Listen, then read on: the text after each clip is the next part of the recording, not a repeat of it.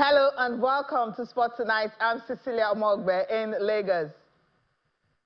Body greetings to you wherever you are in the world watching us in London. I'm Austin Okonakpan. Thank God it's Friday. Yeah. It's that time of the week where we get to see so much sporting action, and I cannot wait for this sporting weekend. The UEFA Champions League round of 16 draw will get us into the conversation, and of course, in Nigeria, we cannot stop talking about the Nigeria Premier Football League. What a story we are having this season, Cecilia.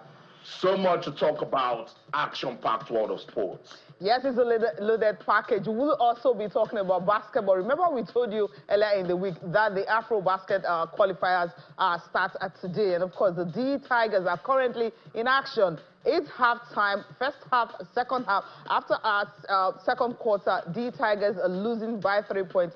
Libya 35 and 32. That's the current scoreline. They're on a break now, the break, and of course, earlier game that was decided today, Uganda beating Cape Verde, who are topping that table by 60 to 63 at 60 points. So D Tigers are still at the bottom of that group. Remember, the top three will qualify for the Afro Basket Championship taking place later in the year. So 2 more quarters to go to see if the D Tigers can pick up those points that they so much needed. Remember, they need to win all 3 games to stand a chance to qualify for the Afro Basket. We've never, ever actually, had to dig so deep, down to be able to move up to qualify for Afro Basket. Not ever. But it's happening right there in Libya, in Tripoli. And of course, they are playing against the host nation, their opening game. All right, also on the show today, Austin talk about the UEFA Champions League. We'll break it down. The draw has been done, and the teams that will be facing each other, in the quarterfinals, possible semi-finals. So we'll break it down for you, especially the derbies in Germany and, of course, in Spain. Those two are the potential clash of all English clubs in the quarterfinals. We'll talk about that on the show tonight. Of course, the EPL will get our attention. Why the UEFA Champions League draw was being made. You have Manchester United, of course. We're talking Manchester United coach Ruben Amorim talking ahead of their game against Everton. Of course, obsessed Arteta, who wants to win the Premier League title at all costs. He will be up against West Ham this weekend. And of course, it's another big game for Arsenal to see if they can close the gap on Liverpool, who dropped points at Aston Villa earlier in the week. Yes, the State FA Cup, NPFL is on break this weekend because Nigerian Football Federation has given directive to all state FAs to ensure that the Federation Cup finals, the President's Cup finals at state level will be done latest Sunday. So by Monday, we'll have the teams that will be taking part in this year's President's Cup.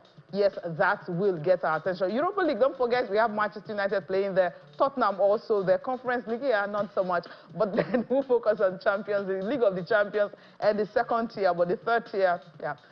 Okay. All right, that's what the show looks like tonight. And to talk about the UEFA Champions League, Mario Leo will be joining us from Germany to talk about that. But first, we have to take a look at that draw.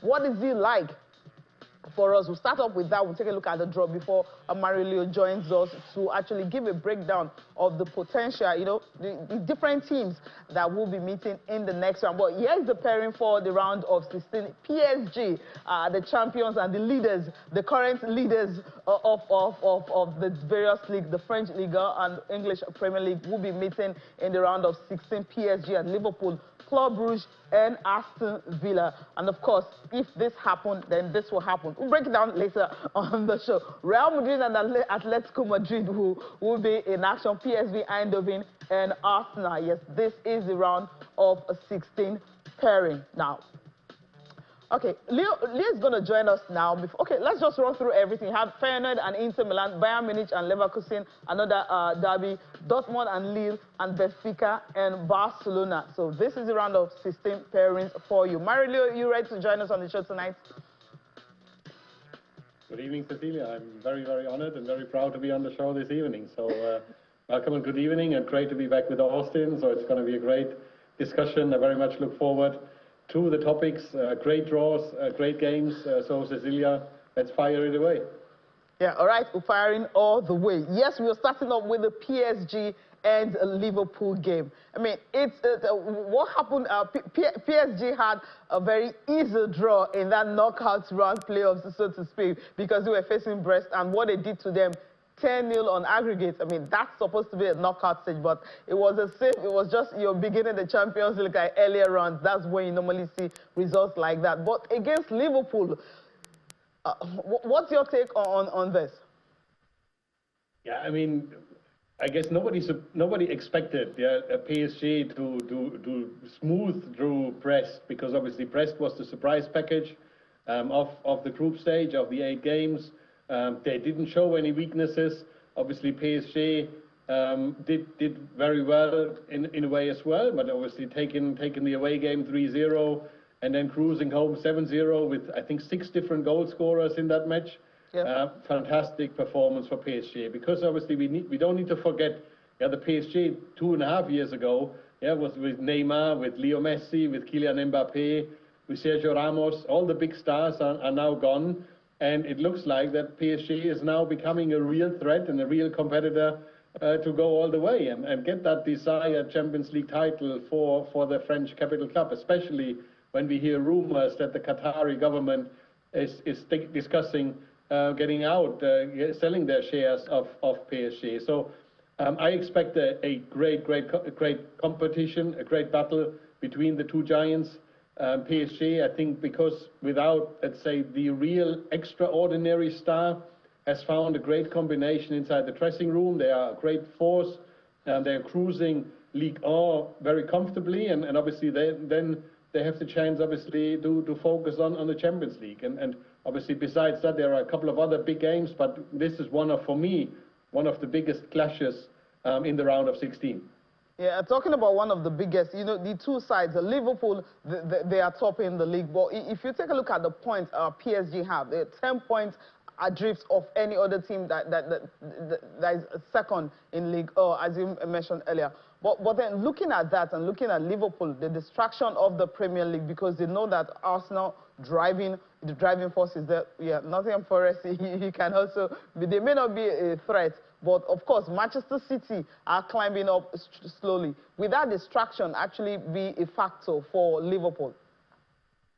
Yeah, I mean, from a competitiveness, the Premier League is obviously the much more challenging league competition. Yeah, like PSG, like I said, they can cruise. They have 10 points clear. They could drop 3 games. They won't. Yeah, because obviously they're focused now to regain the title, to focus on the title in Ligue 1, and every match in the Champions League is obviously an add-on. Liverpool needs to. There is no easy game in the Premier League, as we saw. Obviously, Liverpool, from a result perspective, seemed to struggle the last 3-4 matches. But Arne Slot has not changed the squad or the starting 11 very much. Yeah, he sort of has 13, 14 players. He usually implements in the game, and obviously we're coming to a point late February, early March, where fatigue, mental tiredness is coming in, and that needs to be considered as well. And I expect a very tough first game, a very robust first game, and obviously possibly some sort of indication where the two games are, or where this match is going towards. I still believe that the Reds and Liverpool FC will take the scalp of PSG and knock out PSG in the round of 16, and will proceed to the next stage. We'll see. We've seen stranger things in football, Mario. So I'll keep those lines of yours, and I'll remind you if it goes the other way. The draw has a funny way of getting us talking. Let's talk about the teams that impressed you from the playoffs that you think can get us talking in the round of 16. What teams are those? Yeah, I mean, obviously, when you look at the playoffs, it's already kind of scary that Real Madrid needed to go into the playoffs. And obviously, what a game against Manchester City we've seen in the playoffs. So, yes, I've been surprised by, let's say, at the end of the day, the clear difference between the two teams. But obviously, Real Madrid is coming at the right time in form. It's usually really a team of the new year, and therefore you need to count them in going all the way. especially against Atletico de Madrid. The other game, the other team, obviously very convincing for me in the playoffs, Feyenoord. Really, really great to see them in the knockout stage and taking on the next Milan team. Obviously, they've booked the Milan ticket. They're like a steady road. They're Rotterdam, Milan, Milan, Rotterdam, Rotterdam, Milan. So that's interesting as well. And yeah, I think at the end of the day, let's say the way Borussia Dortmund managed, despite the crisis in the Bundesliga, despite how they comfortably went into the knockout stage, and obviously have now a little bit of luck in drawing Lille. It's not going to be easy, but obviously there could be bigger, more tough rivals. And if Dortmund would beat Lille, they possibly face Barcelona. So I'm already looking like the round of 16 versus the quarterfinals, and there's like really, really fantastic games to look out for. I know, when the draw was being done, I was like, the draw was done in a way that to make us long to see the quarterfinals. Why we've not even seen the round of 16? Let's talk about teams that are based where you are. Let's talk about the German teams. Can Bayer Leverkusen hurt Bayern Munich? They can. They've done already in the German Cup. Obviously, Leverkusen sort of kicked out Bayern in the cup competition. Bayern was definitely not hoping to draw Bayer 0-4 Leverkusen because obviously when you looked at the Bundesliga match between the two teams, Bayern was only in defense, had very late a couple of shots on goal, but they were not threatening to be scary for the goalkeeper, for Lukas Radetzky. And Bayern 04 Leverkusen kind of feels comfortable playing against Bayern, and that's what it's going to be very, very interesting, because Bayern has like 3 teams they don't like to play against. One of it is this coming weekend. Yeah, Bayern plays Eintracht Frankfurt. Bayern doesn't like to play against Eintracht Frankfurt. The style of play, the pressing Eintracht Frankfurt does is not liked by Bayern. The second team is Borussia Mönchengladbach. Bayern always kind of looks not in balance when they play Borussia Mönchengladbach. Yes, of course, in the Bundesliga they won, I think, by 4 goals difference. So Gladbach kind of conceded when they conceded the second goal and gave up the game. But usually they're very, very close games. And the third one is obviously Bayern 04 Leverkusen. So I look forward to this game, because that's, from a Bundesliga perspective, sad that we have to say goodbye to one German team in the round of 16. On the other hand, I think it's going to be probably one of the toughest 2 games between the Bayer and Bayern in this stage. And I mean, from a joke in German, sorry Cecilia, just one sentence here. From a joking perspective, the German Thomas Müller has responded to German experts and saying, well, it looks like that we are the first time not the favorite in that match based on the expert opinions. So let's see if the experts are going wrong. Yeah, definitely. I mean, if you look at statistics, in the last 6 meetings that they've met, Leverkusen, Bayern have not been able to beat Bayern Leverkusen. And not just that, the last tie actually ended in favor of Bayern Leverkusen. Judging from that, obviously they are favorites for this. But let me take you back to the Madrid derby again. I mean, last decade, you have Real Madrid actually dominating, beating Atletico Madrid 4 times that they meant the last decade. But now, this particular one is evenly poised in the sense that the way Real Madrid are playing, the way they took out Manchester City that you mentioned earlier, if you really, really want to put your money somewhere, where will you put it? Is it with Carlo Ancelotti or Diego Simeone? Oh, this is such a big City rivalry. I mean, I also looked back, so the last victory of Real Madrid versus Atletico Madrid was in La Liga on the 18th of September 2022. So we're talking like going 2.5 years unbeaten record of Atletico de Madrid versus Real Madrid. Real probably would have hoped for any other opponent and not Atletico. And having that City derby is superb. To be honest, here I would go for the outside and would place a small bet towards Atletico Madrid because for many reasons. Obviously, Real Madrid is a fantastic club, obviously won the Champions League many times. They struggled with the new format. That's why they had to go to the playoffs. And when somebody struggles, like takes it lightly at the end of the day, of course they will proceed. But Atletico Madrid has been very serious contender right from the beginning, took the new competition, the new format, very sincerely, very honestly, are a great position within La Liga. And I think it's going to be a close tie. But again, Atleti's style of play, the physicality, the match-destroying version might have a little bit an overrun versus Real Madrid. So I predict slightly, and I know Austin will kind of intervene in a second. Anyway, I think I would put a slight coin more towards Atleti. Interesting. I know the winner of that, Arsenal, PSV Eindhoven, are actually waiting in the wings. But is it clear-cut that Arsenal will pull through over PSV Eindhoven? Because the last 3 minutes it's always been Arsenal, Arsenal, Arsenal.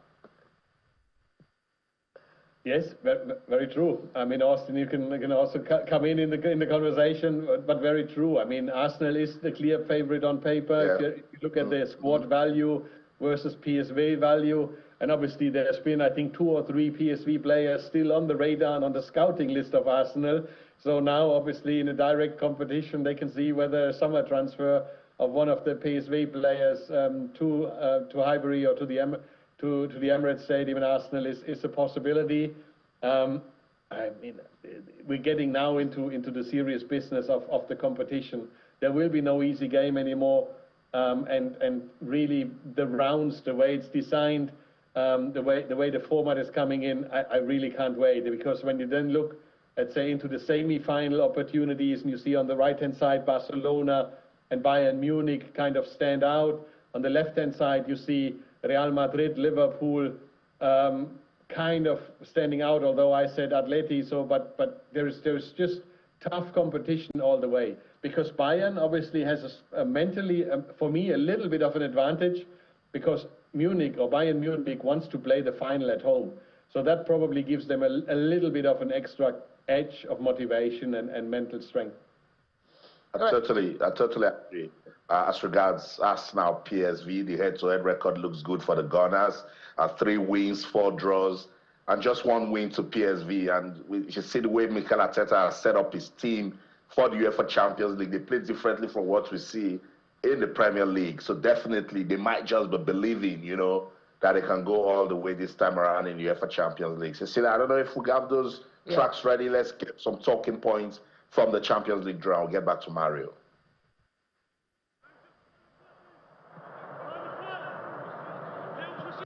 We are very proud of him, and I think it's a privilege to have such an extraordinary player. His performance on Wednesday was amazing. It was a decisive player for us, and we hope, of course, that he is going to continue at this level for the rest of the season. It's a key player for us. No, like I said, no, Champions League is every game, every team is strong, especially in this kind of, in this part of the season. Now we have to beat Benfica, that for sure it's going to be difficult. Well, we're being respectful to PSV. We know it's a tough game after watching them in the round of 32, shall we call it, against Juventus. I thought they were quite outstanding. Interesting, Perisic, he's getting on in years, but he played really well last night. Young Lang was also outstanding. So it's a difficult opponent. We have experience of them, having played them last year.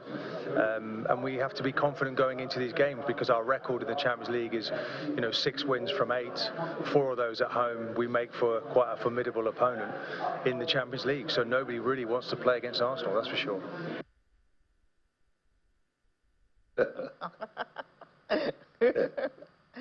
I don't know about that, but hey, this is the sort of conversations you get until we get to play the the real game. So shout out to the draw, the teams, everyone that has made it this far. Mario, in 1 minute before we go on a quick break, do you prefer this new format? I love it. I honestly very much love it from the beginning, because whenever, Austin, can you remember that we've seen PSG at some point in 25th position, Real Madrid in 22nd, Manchester City in 19th. It was a very, very different competition. It changed every match day. So from a quality of the product, let's take all emotions aside. Let's take everything aside and just look at the quality of the product. we saw the best teams of all participants on every match day, because you could not rest your players, which usually in group competitions on match day 4, match day 5 latest, we saw kind of the second team coming in because the qualification was already done.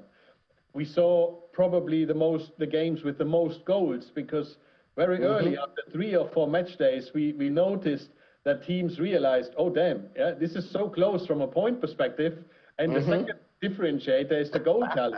So let's look at the goal difference. So they obviously went full steam attacking, full steam going forward. I really enjoyed the format, really a lot. And obviously then when you saw match day 7 and match day 8 to see who goes direct into the qualification, who managed. I see how much you enjoyed it, Mario. It was fantastic. I mean, I said 1 minute that you were going through. I full Nigerian mood. Just pause right there. Let's go on this quick break. Sports Tonight on Channels Television. When we come back, we'll wrap up the draw in the UEFA Champions League and get into the Europa League. So don't go anywhere. Stay. Welcome back, Sports Tonight on Channels Television. We're taking a look at the draw for the UEFA Champions League round of 16. Let's get into the Europa League now. Before I hand it over to my colleague Cecilia in Lagos, Mario and Cecilia, let me give you guys, it's kind of a joke. Local media in England today, Tottenham fans believe that they can win the Europa League. Don't laugh.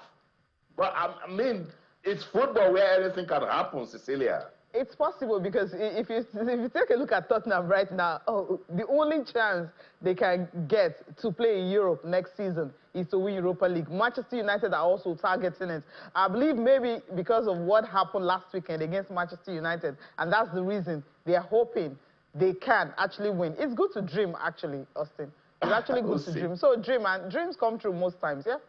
It's good to dream. Let them keep dreaming. Now, let's just go through the draw for the Europa League. Yes, we'll step down from the League of Champions and go straight to the leagues of the nearly clubs, right? Okay, so we'll start up with Bodo Glimt against Olympiacos. They are facing each other in the round of 16. Fenerbahce and Rangers are also facing each other in the round of 16. Ajax and Frankfurt, another German team, I believe Mario will be able to tell us about this, as a team that Bayern don't like playing against. You have the team from former Star Bucharest, that's what the club was known for FCSB of Romania, up against Lyon. And of course, the first legs will be played on March 6th, and the second legs March 13th. When it starts, AZ Alkmaar and Tottenham will be in action, so they need to cross this first before they start dreaming of actually winning the Europa League. Real Sociedad and Manchester United, the focus for Man United right now is on Everton, and they aren't thinking about this in 2 weeks' time. Victoria plays them and Lazio, Roma, and Athletic Bilbao. So this is for you in the Europa League. So Mario, we're going to start up with you. I'll ask you the way Austin actually asked you, which one are you picking? You're picking your German team, Frankfurt, or which of these draws is actually a standout for you? I have actually 3 standouts, Cecilia, to be honest. From an emotional fan perspective, watching Fenerbahce, a Turkish team, versus Glasgow Rangers from a Scottish team, this is going to be mayhem on the stands. Yeah, this is going to be excitement, this is going to be pure passion, devotion from the fans, and obviously that will be transferred to the pitch. From a match perspective, competitive perspective, I think there is 3 matches standing out for me. AS Roma versus Athletic Bilbao. Both teams very balancing and shaky on a day-to-day form, but because they're very equal to each other in terms of quality of the team, in terms of like ambition of the team, I think this is going to be superb. Real Sociedad versus Manchester United. I think United is not truly happy with the draw, because Real Sociedad is a very strong combined unit, very tough to beat. They've got this kind of Atletico de Madrid spirit of destroying the opponent's game, and we all know how shaky Manchester United is. Obviously, they show a different face on European competitions versus the home team, but the closest battle is my local compatriot, yeah? Eintracht Frankfurt versus Ajax. A great team. Ajax top of the table in the Dutch Eredivisie. Eintracht Frankfurt in 3rd here in the Bundesliga. Yeah, need a couple, 3 more wins, I would say, to qualify for Champions League next season. and Eintracht Frankfurt has just the incredible kind of combination between outstanding fan support and a good quality team, consistent team this season. So those three do stand out from a quality perspective, and obviously one from a fan perspective. Interesting. Yeah, I think you mentioned that Athletic Bilbao, because, I mean, that's where the final will take place. So that alone is also something they really need to look at. But Austin mentioned that Tottenham fans already saying they want to win Europa. But they have Eze Akman, that's the team that actually, you know, they need to get up that. But that game, what are you saying? Can Tottenham actually skate through that to start the dream of winning the Europa League?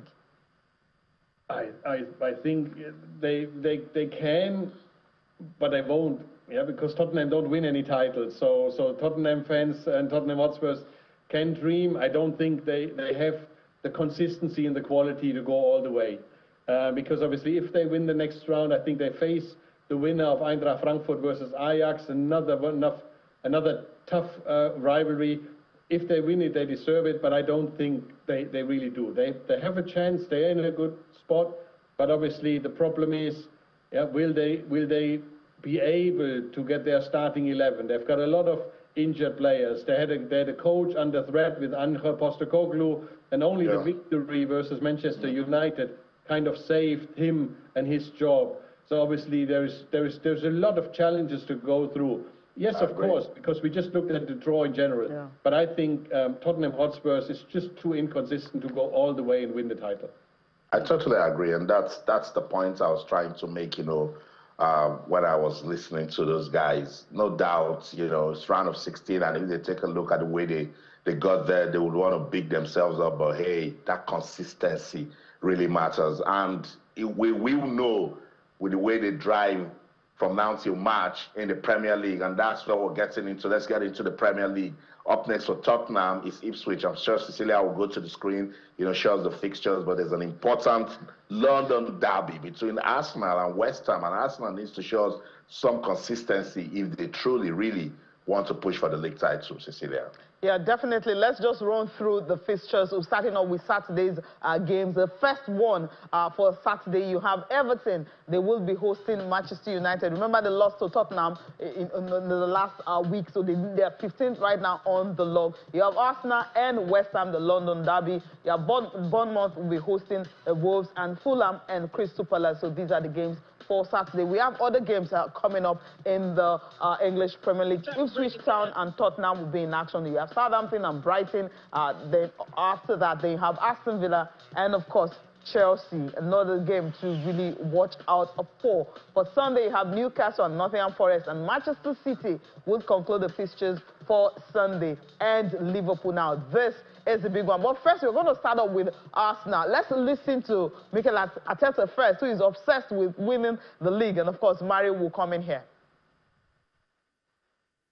Well, we have to do our job, and it's going to be a tough one tomorrow against West Ham, and if we do that, obviously we'll be looking at that game on Sunday. But it's 13 games to go still a lot to play, and you can see how difficult it is for everybody to win football matches. So we really need to be there. I'm glued to tomorrow's game. That's what I'm glued, and my full focus is just there. Especially when you are playing for this team, you can obviously cannot relax. I relax watching games that don't interfere with our ability to win big trophies. But the margins are so small, and everything counts. And we had numbers that any other Premier League title probably you could have won it, and we didn't. So that shows you the level and the difficulty of it. But the fact that we have experienced it obviously helps, because we know what it's going to take to do it. Liverpool, Arsenal second on the log. Mario, I mean, you listen to Arteta. It's something they really want to do, but they obviously need Liverpool to start dropping points. That's the only way they can actually dream of the league title this season. And we've seen, obviously, many times that the 5, 6, 7 points lead falls apart. Yeah, especially obviously when the run come in. So will the Manchester City engine get driving in February and will be unbeaten at the until the end of the season? There is still a lot of games to play. Yeah, we've got 13 more match days for the majority of teams.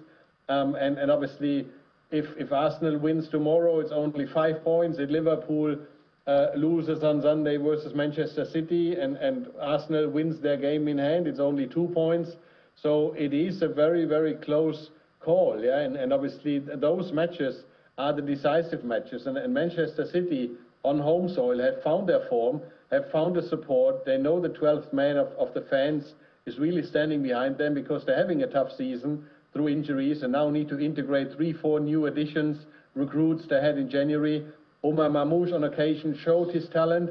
Real Madrid was too strong as an opponent, as a unit for Manchester City. So the focus obviously for Pep Guardiola is the league, yeah, to qualify for the Champions League, to have that secure spot. They will drive it all. And Arsenal has a chance, to be really, really honest.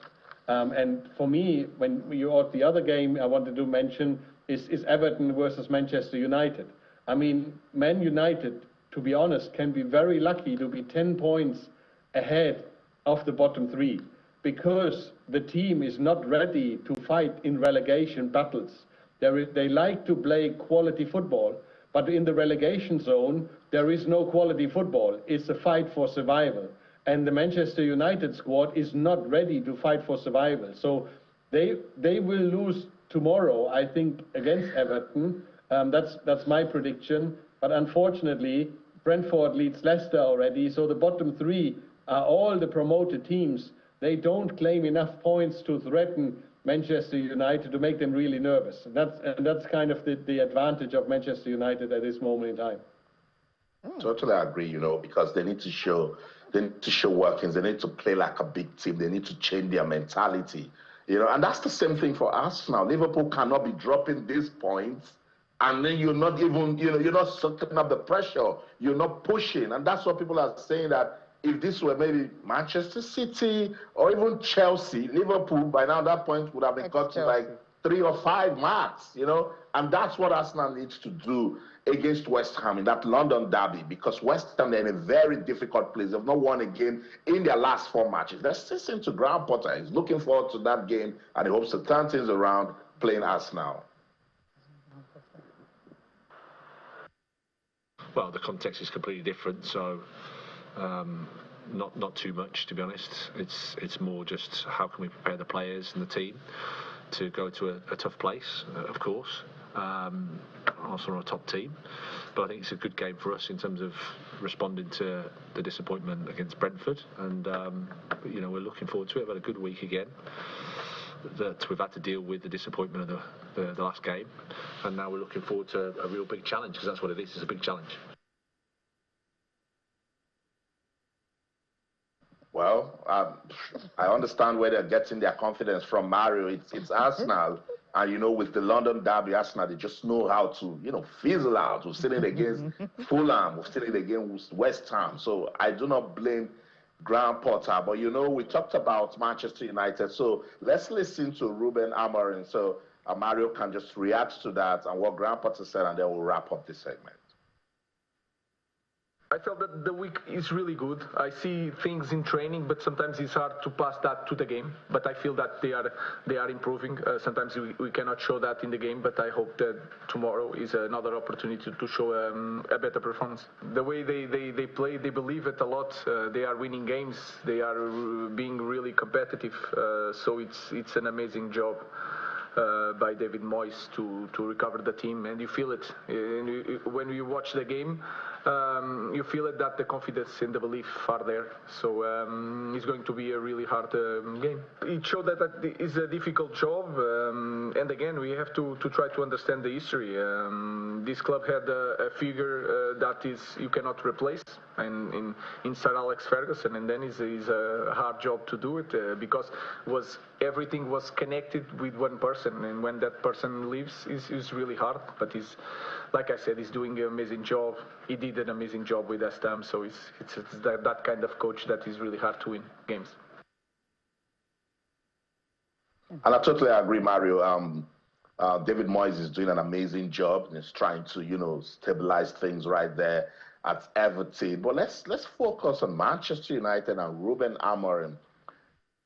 Mario, are you disappointed with Amorim and the way he has handled this team? I'm not disappointed at all. It's just I'm just confirmed, literally, basically that any coach coming in throughout the season is unable to bring his style. Ruben Amorim likes to prefer or likes to play a very, very different style of play, but you can't change this style of play within a season because you have the League Cup, you have the FA Cup, you have international competitions, you have the Premier League. You have no time to integrate your style of play until like the summer break. So it's tough for him. And obviously, yes, I'm disappointed by the reaction of the players, because usually when a new coach comes in, the people or the players on the bench, the player on the stands, they threaten or they try to be part of the first team. But nobody pushes from the bench to come to the first team. And it's really worrying me. That's why, like I said, I mean, when you are in where Manchester United is at this moment in time, you are really lucky to have 10 points cushion or comfort before the relegation zone, because you don't fight to survive. You don't fight for the point. You would need to take anything. They die in quality because there is no spirit of physical battle, of really claiming that point, and that's disappointing. And like I said, it's the third coach who's trying, or the fourth coach is trying. Ralf Rangnick, if you remember him, he already mentioned there is a mental issue within the players. The players are not ready to really beef up, to put their shirts up, their sleeves up, and get fighting. And since Ralf Rangnick, I've not seen a very good playing Manchester United, to be honest. Wow. That's the end. I must say thank you so much, Mario, for your time on the show. We have to leave it here now. We will engage you again one of these days. Thank you so much, Mario. It's a great honor and great pleasure for me on the show. Cecilia, Austin, thank you so much for having me. I wish you a good night and continue with the great show. Awesome. Thanks so much. That's Mario Lee speaking to us from his base in Germany. Cecilia, I don't know if we've got much time, but Manchester City, it's been confirmed. No, Haaland might just miss that game against Liverpool. Does that mean more problems for Pep Guardiola and his team? It's obvious because, I mean, if you watch, while we were watching the Real Madrid game, I was watching Pep Guardiola on the sideline. It's as if he has given up hope of even trying. And now you're having one of your key players. He was on the bench, he couldn't play. And right now against Liverpool, they're supposed to kind of chasing the title with, supposedly, yeah, but it's not happening. Then it's going to be a difficult one for Pep Guardiola. But let's listen to him, how much of a miss Haaland will be for them. Yes, they have Mamouche, I mean, the Egyptian who scored a hat-trick, you know, on their last game, but that is really not enough for Manchester City. Don't know yet. Tomorrow we'll know it. I don't know yet. Hopeful? Yeah, maybe. But I don't know yet. Because we didn't train today, and until tomorrow he will test, I guess, but I don't know. It's better to have Erling on the pitch than we don't have it, obviously. But with Erling, we are in the position that we are right now. So everybody is responsible, the good things and the bad things for the team. But of course, with Erling, we are stronger. For me, it's an exceptional team. I have done, I said many times, have been the biggest rival in my tenure here. So of course, Arsenal right now in the last years have been involved as well, and I could not expect differently that the Liverpool be in the position that they are. He's resigned to actually trying to just finish top 4. That's what he's resigned to, Austin. You've heard from him, right? But you can't blame him. It's been a very difficult season for Manchester City. It's Super Sunday against Liverpool and the outstanding form, particularly away from home. So I get where Pep is coming from. The other guys don't seem like they're getting into it. And hey, you cannot put pressure on Mamouche, who's just joining a team. He's supposed to integrate into it gradually. But it is what it is. When you sign for a big club, expect to get in there and get the work done. So our best wishes to Manchester City, to Liverpool, and all the teams to see that our job is to come here, talk about it next week, and that's what we'll do. And that's what we're doing. So quickly, we'll run through the FA Cup fixtures for this weekend. As I mentioned at the beginning of the show, the Nigerian Football Federation has mandated all state FAs to ensure that they have their winners ready because the draw will soon be done. So let's take a look at the state President Federation Cup, the final fixtures. in Nasarawa, you have Nasarawa United and FC Basira will be playing against each other. These are the finals of the game. Kano Pillars are hosting Barua FC, and Lobby Stars and the Flight Boko will be in action. Plateau United and Mighty Jets will also be facing each other in the final. Heartland and Oasa are also another teams that are playing. Rangers in Enugu will be up against Ijele FC. Kwara United and ABS, I mean, this is a big one. These are the two biggest clubs right there. Aqua United and Eagle Eye, Rivers United and Wibros will also be in action. These are just selected results for the final fixtures for you. Katsina United are up against Junior Damburam, and Bayelsa United and Crusaders are the teams in action this weekend. You also have the Lagos and every other one. So by Tuesday, we should be able to have a comprehensive clubs that will be featuring in this year's FA Cup. Now, quickly, let's talk about the D Tigers. They are currently in action against Libya. It's 10 minutes into the fourth quarter, which is the final quarter. And of course, Austin, the result is looking pretty. Last time I checked, it was 71 for Nigeria and 64 for Libya. So the guys are closing up. They need to win this game to move up. And after winning this, on Saturday, they will be up against Uganda. This game is 5 p.m. Nigerian time. And of course, it came against Cape Verde, also 5 p.m. Nigerian time on Sunday. Uganda beat Cape Verde earlier this evening. It was 63-60. So Nigeria, they know what to do. Beat Libya, and then you start building up and see if we can actually pick that ticket. Yes, I know we are struggling, but also, you know, it is possible. I know, Cecilia, and I always support these guys representing the country because I know they're not responsible for the problems associated with basketball in Nigeria. Let me give our viewers a rundown of what happened, what is happening, because at the moment it's Nigeria 73, Libya 64. First quarter, the Libyans won 15 to 14 points. Second quarter, the Libyans won 20 to 18 points. It was in the third quarter that Nigeria turned it around. They won the third quarter 20 to 16 points. And at the moment, they lead in the fourth quarter, the last quarter of the game, by 21 points to 15. So if they keep that momentum, they're definitely going to, take it to the end. So right now it's 73 to 66. The Libyans are fighting. But if they do the things that they did in the third quarter, Cecilia, minimize the errors, make your baskets when you need to make them, then I don't think there's going to be any problem. Or do you think so? Yeah, I think there won't be a problem because at the end of first half, what the coach, first quarter, the coach was actually telling them to actually keep it simple. There is no need for the step back, for the dribbling and everything. Just keep it simple, get your basket, and then you're home and dry. Basketball is that simple, according to him. But we saw what the Libyans were actually doing during the time. They were doing all the spin-offs, the step backs, and all the point they needed to actually, kind of, how do I put it, kind of engage their home fans, because the crowd right there was something electrifying because they're playing at home in Tripoli, so all the fans are there, actually rooting for them. And the turnovers that the Tigers have, I think they've actually overcome that. At the end of that second quarter, they had 11 turnovers, and the Libyans just had 3. So it shows that if they are able to just keep it simple and reduce the turnovers, definitely, and of course, make use of their fast breaks, they should be able to win this one, Austin. But Austin, hey, we gotta go. We gotta go, and at the moment it's Libya 68, Nigeria 73. The Tigers go out and close that game. Talib Zana leads for the D Tigers with 14 points. They need to do better, Cecilia. That's the show in London. I'm Austin Okonakman. In everything you do, remember, keep talking sports. Bye for now. And I'm Cecilia Amogbe. Thank you so much for watching. Have a good night's rest.